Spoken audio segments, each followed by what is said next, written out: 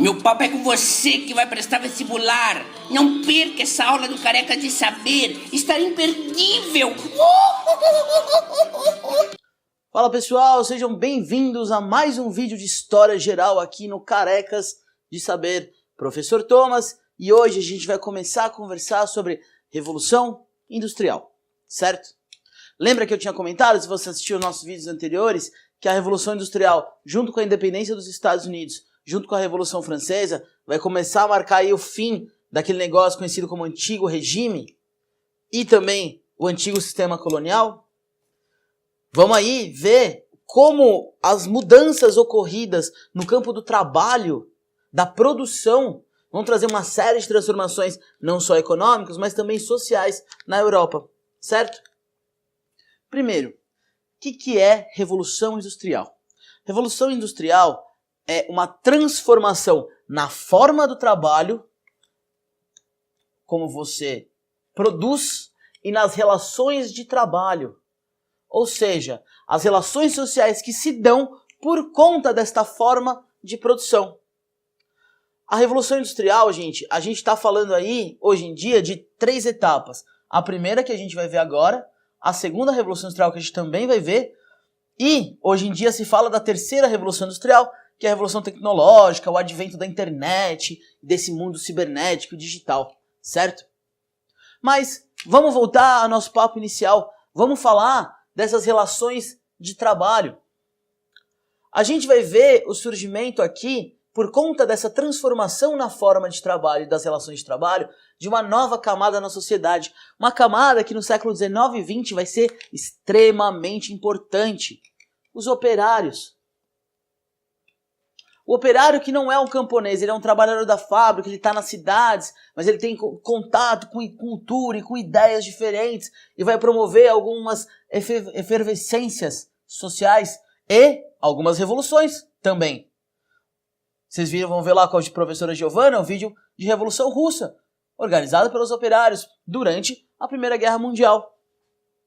Quem vai liderar esse processo de Revolução Industrial? Vai ser a Inglaterra.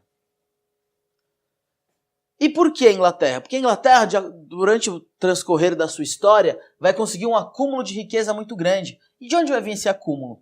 Vai vir do crescimento comercial e naval que ela vai promover ainda na dinastia Tudor, vai vir do avanço desse crescimento naval e comercial por conta dos atos de navegação do Oliver Cromwell, que você viu no nosso vídeo Revolução Puritana e Gloriosa, vai vir dos tratados comerciais que a Inglaterra vai assinar, por exemplo, com Portugal, por exemplo, com o Brasil. Com Portugal, o Tratado de Methuen, o Tratado de Panos e Vinhos, que dava livre circulação de panos ingleses em Portugal e de vinhos portugueses na Inglaterra. O puritanismo, o calvinismo aqui, pessoal, ele é essencial. Já falei em alguns vídeos sobre ele, essa doutrina do trabalho centrado, do enriquecimento, como um sinal divino. Isso vai criar uma mentalidade, pessoas com uma mentalidade de trabalho, de enriquecimento muito forte. A gente está falando também de uma Inglaterra que valoriza a produção de manufaturas. Uma Inglaterra que vai entender que as manufaturas elas são mais lucrativas do que o comércio colonial de gêneros primários. Ela vai perceber que é muito mais barato você comprar o gênero primário, transformar em manufatura e vender de volta, do que só produzir o gênero primário. E aí, quem vai se dar mal nessa história? Portugal, Espanha e as colônias aqui da América do Sul, principalmente, o Brasil entre elas. E por último, a gente vai ver os cercamentos. O que são esses cercamentos? Também já falei num outro vídeo. Você tinha lá as terras coletivas na Inglaterra, a nobreza vai pegar elas, vai cercar e vai produzir ovelhas, vai expulsar os camponeses para as cidades. Parte desses camponeses vão virar colonos, a outra parte vão virar massa de trabalho, vão virar um estoque de trabalhadores disponíveis para a indústria. Afinal de contas, mesmo a indústria não vai absorver tantos trabalhadores. A gente vai ver as consequências disso depois. Esse cercamento vai produzir ovelha para extrair lã e produzir mais tecido manufaturado. Beleza? Isso aí, no geral, é o porquê que a Inglaterra começa. Porque a Inglaterra tem condições de começar essa Revolução Industrial. Por que vai surgir lá? Vamos entender um pouquinho como é que se muda essa forma de trabalho. Porque você vai ter, antes, um carinha conhecido como artesão. O artesão que era responsável pela produção de algum item. Se você queria uma camiseta, você ia atrás de quem? Do alfaiate. Se você queria uma bota, do sapateiro. Se você queria algum item de ferro, do ferreiro. Então você tinha um cara que tinha especialização. Ele dominava a matéria-prima, o tempo de trabalho dele, ou seja, ele fazia seu próprio ritmo de trabalho. Ele dominava a técnica do trabalho e o valor de venda desse trabalho. Certo? Isso aqui a gente está falando ali finalzinho da Idade Média. Com o renascimento urbano, você vai ter a criação das guildas. E agora você vai começar a ter uma intervenção, né? Os comerciantes que antes responsáveis por vender esses produtos artesanais, agora o que eles vão fazer? Eles vão dar a matéria-prima para o artesão e falar, ó, tá aqui a matéria-prima, eu preciso que você faça isso em tanto tempo. Eu venho buscar daqui, sei lá, 5 dias. Você percebe que agora o artesão já não domina o quê? O controle da matéria-prima e do tempo de trabalho dele. Ele está submetido a uma demanda. E aí, com a Revolução Industrial e as manufaturas, a gente vai ver o surgimento das fábricas. Agora esse artesão que ainda trabalhava em casa, mas tinha o seu tear mecânico, agora ele vai trabalhar numa fábrica. Por quê? O que é a fábrica? A fábrica é um espaço. Um galpãozão assim. Nesse galpão, você vai ter vários teares. Já que a gente está usando o exemplo da indústria têxtil, vários teares. O artesão sozinho, ele não tem condições de comprar um tear ou mais de um tear. Mas você vai ter um carinha que vai ter, que a gente vai chamar a partir de hoje de capitalista. Esse cara vai comprar vários teares e vai colocar o artesão para trabalhar para eles. Vai falar o seguinte, ó, você vem trabalhar todos os dias da semana, 16 horas por dia, eu vou te pagar tanto, e se você não quiser, você pode ir embora que tem quem queira. Aí você vai falar pra mim e falar, não, então por que o cara não continuou produzindo sozinho? Porque é muito difícil competir economicamente com uma fábrica que produz muito mais do que você, de forma muito mais padronizada, em muito menos tempo. Esse antigo artesão, ele vai se transformar no operário. E aí, a gente vai ver uma série de problemáticas envolvendo isso. Porque o operário e o capitalista vão encabeçar um negócio chamado luta de classes.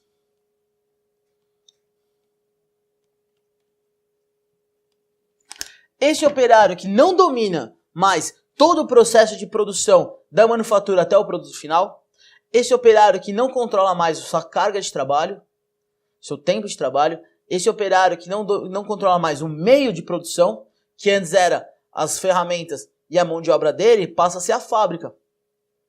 Esse operário que agora não controla a venda, o valor desse produto. A única coisa que esse operário tem para vender é a sua força de trabalho.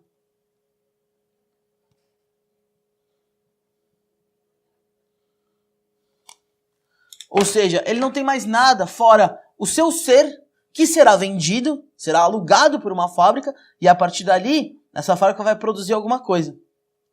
A Revolução Industrial ela vai trazer uma nova configuração de organização econômica e política e social na Europa.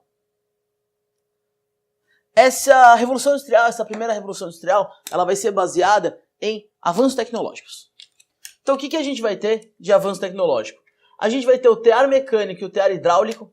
O tear hidráulico que vai usar a energia a vapor, que é a grande novidade do momento. É a grande forma de energia da primeira Revolução Industrial, que vai utilizar o carvão, né? Você usa carvão, aquece a água, o vapor move os pistões e aí as máquinas funcionam. Você vai ter o advento da utilização de ferro. E com isso você vai ter as locomotivas a vapor, navio a vapor, a imprensa, que vai começar a produzir as coisas muito mais rápido, a editar e produzir livros e fazer cópias muito mais rápidas. Esses avanços tecnológicos, eles só conseguem ser levados para o trabalho porque tem alguém aqui, ó, com muita grana. E que vai submeter o artesão às suas condições de trabalho, ao que ele delimita como condições de trabalho. Tudo bem até aqui, gente? Pessoal, a Revolução Industrial a gente consegue dividir em 2 momentos, né? A primeira Revolução Industrial, que a gente viu agora, que vai acontecer na segunda metade do século XVIII, vai falar da energia a vapor, da ferrovia, né, do trem, do navio a vapor, dos teares e tudo mais. O que acontece é que um tempo depois, a gente vai ter na segunda metade do século XIX, um novo avanço industrial, que a gente vai falar de segunda revolução industrial. E ela vai ser marcada principalmente pelo avanço tecnológico.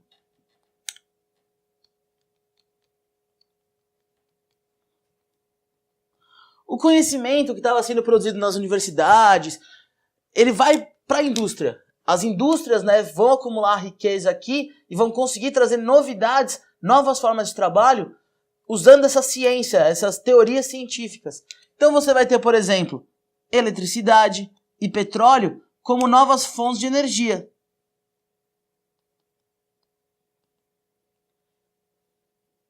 Você vai ter a indústria química se desenvolvendo. Isso aqui, ó, você vai lembrar disso aqui na Primeira Guerra Mundial.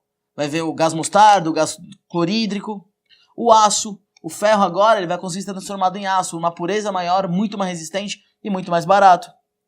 O telégrafo, para você conseguir se comunicar a grandes distâncias. O próprio telefone, o carro. Tudo isso, toda essa novidade vai transformar mais uma vez essas relações de trabalho. E a segunda revolução industrial ela também é marcada por se espalhar para outros países. Você vai ter indústrias na Alemanha recém-unificada, nos Estados Unidos, no Japão, na França e não só mais dominado pela Inglaterra. E essa expansão da industrialização ela vai trazer também uma especialização do trabalho. O que significa? Significa que cada vez mais o operário tem que produzir mais. Tem que produzir e produzir, porque tempo é dinheiro. Já ouviram falar disso, não viram? Então você vai ter aí duas formas de organizar a indústria. Uma vai ser a do Harrison Ford, o Fordismo e o Taylorismo. O Fordismo ele vai falar da linha de produção. Ele vai falar que o operário ele vai ficar parado aqui e as peças vão chegar por uma esteira e o produto principal vai chegar por uma outra. E ele vai pegar uma pecinha e parafusar. Aí vai vir, por exemplo, um carro. Vai chegar o chassi do carro, ele vai parafusar. Aí parafusa ele vai embora. A peça não para. Aí parou aqui, parafusou, vai embora. Parafusou e vai embora. E aí o cara se especializa em uma única função. E esse produto, ele atravessa uma linha, né? Ele começa ali com ferragem e termina como carro no final dela. E o operário, ele só sabe fazer uma parte, ele não sabe dominar toda a produção. O Ford e o Taylor vão se juntar, né, nesse negócio. O Taylor vai falar que você tem que controlar o tempo do operário. Controlar a pausa que ele faz, o tempo que ele fica se movimentando, o tipo de trabalho que ele faz, se ele está gastando tempo e energia fazendo outra coisa que não trabalhando. Você vai perceber, isso aqui vocês provavelmente já viram nas aulas de geografia, eu tenho quase certeza que já viram. Você vai ver que o homem, agora, ele não é mais um ser humano, é o homem-máquina. É o homem que tem que ser produtivo. É uma mudança de mentalidade que vai acabar com a humanidade das pessoas e transformar elas em máquinas produtivas. Ela tem que produzir, você tem que ter rendimento, porque se você não tiver, você está errado, você está atrasado. Isso acaba se refletindo em toda uma organização social até agora, o século XXI. Se você trabalha, você deve estar pensando em como é a sua situação agora. Você é cobrado, ó, rendimento, plano de metas, tem que atingir a meta do mês. E se não atingiu a meta, por quê? Porque agora o homem é uma máquina. O homem tem que produzir, porque tempo é dinheiro. Esse desenvolvimento industrial vai trazer aí pra gente a busca pelo monopólio. Por quê? Porque se essa indústria, se essa grande produção está indo para vários lugares, tem muita gente produzindo muita coisa. Vai faltar o quê no final? Mercado consumidor. Se está faltando mercado consumidor, a gente vai ver então que essas empresas vão desenvolver alguns mecanismos para conseguir se sobressair nesse mercado. Você vai ter, por exemplo, os trusts, que são as fusões de empresas. Uma empresa maior vai começar a comprar todas as empresas menores do mesmo produto até ter o monopólio desse produto. Os cartéis são alianças de empresas de um mesmo setor. Fazem alguma aliança para derrotar uma outra normalmente, e aí vão tabelar preço, né, o gasto de produção. E os holdings, que são empresas financeiras que vão dominar as indústrias através da compra de ações. Tudo isso aqui, toda essa busca por monopólio, vai desembocar no quê? No processo imperialista e na Primeira Guerra Mundial. Isso aqui que vocês vão ver com a professora Giovana nos vídeos dela. Beleza? Pessoal, a gente não pode esquecer que essas relações aqui, a gente está falando o que acontece com a indústria, como é que ela muda. Mas tem um personagem aí que a gente ainda falou muito pouco, que é, ó, o homem. O que acontece com ele? O que acontece com esse operário? Vamos ver depois. E aí, pessoal, vamos dar uma olhadinha qual que era a situação desse operário nessa Revolução Industrial, né? A gente tem aí uma divisão muito clara de quem controla o meio de produção, ou seja, do capitalista, contra quem tem a força de trabalho, quem efetivamente trabalha, que vai ser o operário. Essa vai ser uma relação antagônica, uma situação de exploração, onde o capitalista explora o operário, já que o capitalista domina o meio de produção e o operário só tem a sua força de trabalho. E aí, as condições de trabalho desse operário, na primeira Revolução Industrial, e na segunda também, vão ser muito complicadas. Ele vai trabalhar em média entre 14 e 15 horas diárias. Se ele faltar no trabalho, pode ser por qualquer motivo, ele perde o emprego. Ele está submetido a castigos físicos se ele não estiver produzindo. E você tem na Inglaterra um conjunto de leis conhecido como leis sanguinárias, que faziam que qualquer pessoa que fosse pega na rua e não estivesse empregada, pudesse ser presa. E aí, pensa nessa situação. O cara tem essas condições de trabalho. Se ele não quiser trabalhar, o capitalista vai demitir ele porque você tem uma massa de trabalhadores empregados na cidade que vai querer entrar nessa vaga de trabalho. Você vai colocar para trabalhar mulheres e crianças. E mulheres e crianças vão receber menos do que os homens, que já recebiam muito pouco. Às vezes não recebiam o suficiente para pagar o próprio aluguel. Nessa brincadeira de se faltou, perdeu o trabalho, você tinha uma série de mulheres que tinham grávidas, que tinham seus filhos nas fábricas. O filho nascia lá no meio da fábrica que ela não podia faltar. Essa situação muito complicada do trabalhador fez surgir algumas coisas. Primeiro, os trade unions, que são, né, o embrião, aquilo que no futuro vão vir a ser os sindicatos. Que é a união desses trabalhadores que se entendem enquanto um conjunto que está na mesma situação que vai buscar melhorias. Também a gente vai ver o surgimento de um movimento conhecido como ludismo, um movimento de destruição das máquinas.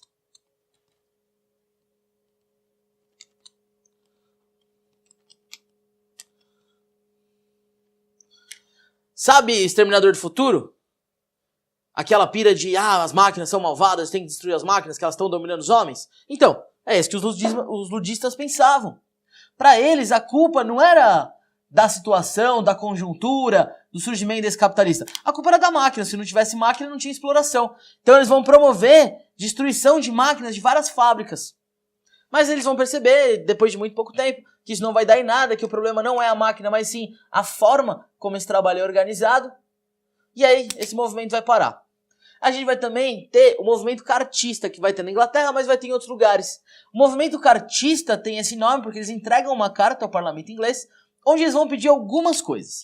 Entre elas, o voto universal masculino, esse voto ser secreto. Ou seja, agora eles querem que todos os homens ingleses possam votar. E seja uma votação secreta, para você não ter esse problema de compra de voto, nem nada do tipo. E acima de tudo, eles querem igualdades políticas, ou seja, que todo mundo possa participar da política e que um parlamentar receba uma remuneração. E aí a gente tem que parar um pouquinho e pensar. Por que eles vão falar que um membro do parlamento tem que ganhar dinheiro para ser membro do parlamento? Porque isso é uma forma de democratizar o acesso à política. Porque até então, quem podia participar da política? Quem tinha grana. Se o cara tem dinheiro, ele pode se dedicar única e exclusivamente à política. Mas se o cara não tem grana, ele precisa sobreviver. Se esse trabalho político não é remunerado, você tira a possibilidade desses operários, dessa camada menos rica, de participar da política. Por isso que a remuneração é importante. Aí você vai falar, mas os caras ganham muito dinheiro, blá blá blá, isso tá certo. Não tô entrando nesse mérito. Eu acho que é importante, né, e veja bem a leitura, é importante você ter a remuneração, porque de fato você democratiza o acesso à política. Agora, questionar se esse valor é muito alto, isso aí é completamente justo, não é mesmo? Pessoal, essa situação aqui do trabalhador vai fazer com que no século XIX surja algumas teorias, né, de entendimento da realidade e da situação do trabalhador. São as teorias socialistas, que você vai ter o socialismo utópico e científico, que vocês já viram na aula, vão ver pelo menos, se você está seguindo a nossa sequência do curso, vão ver nas aulas da professora Giovana sobre pensamento político do século XIX, beleza? Galera, Revolução Industrial é isso, tá certo? Uma grande transformação da economia que vai mudar a estrutura social, que vai mudar a estrutura econômica, porque agora você está nessa necessidade de conquistar o mercado consumidor, de produzir cada vez mais, vai mudar a relação de trabalho, vai mudar como o homem se entende na sociedade. Eu tenho certeza de já pensar aquele negócio, você tem que ser bem sucedido, você tem que ganhar muito dinheiro, você tem que trabalhar, você tem que trabalhar muito e produzir não sei o quê. Isso é uma lógica industrial. Surge nesse momento. Beleza? Mais uma vez eu agradeço imensamente a sua atenção. Foi um prazer inenarrável ficar com vocês nesses 20 minutos. A gente se vê no próximo vídeo. Valeu!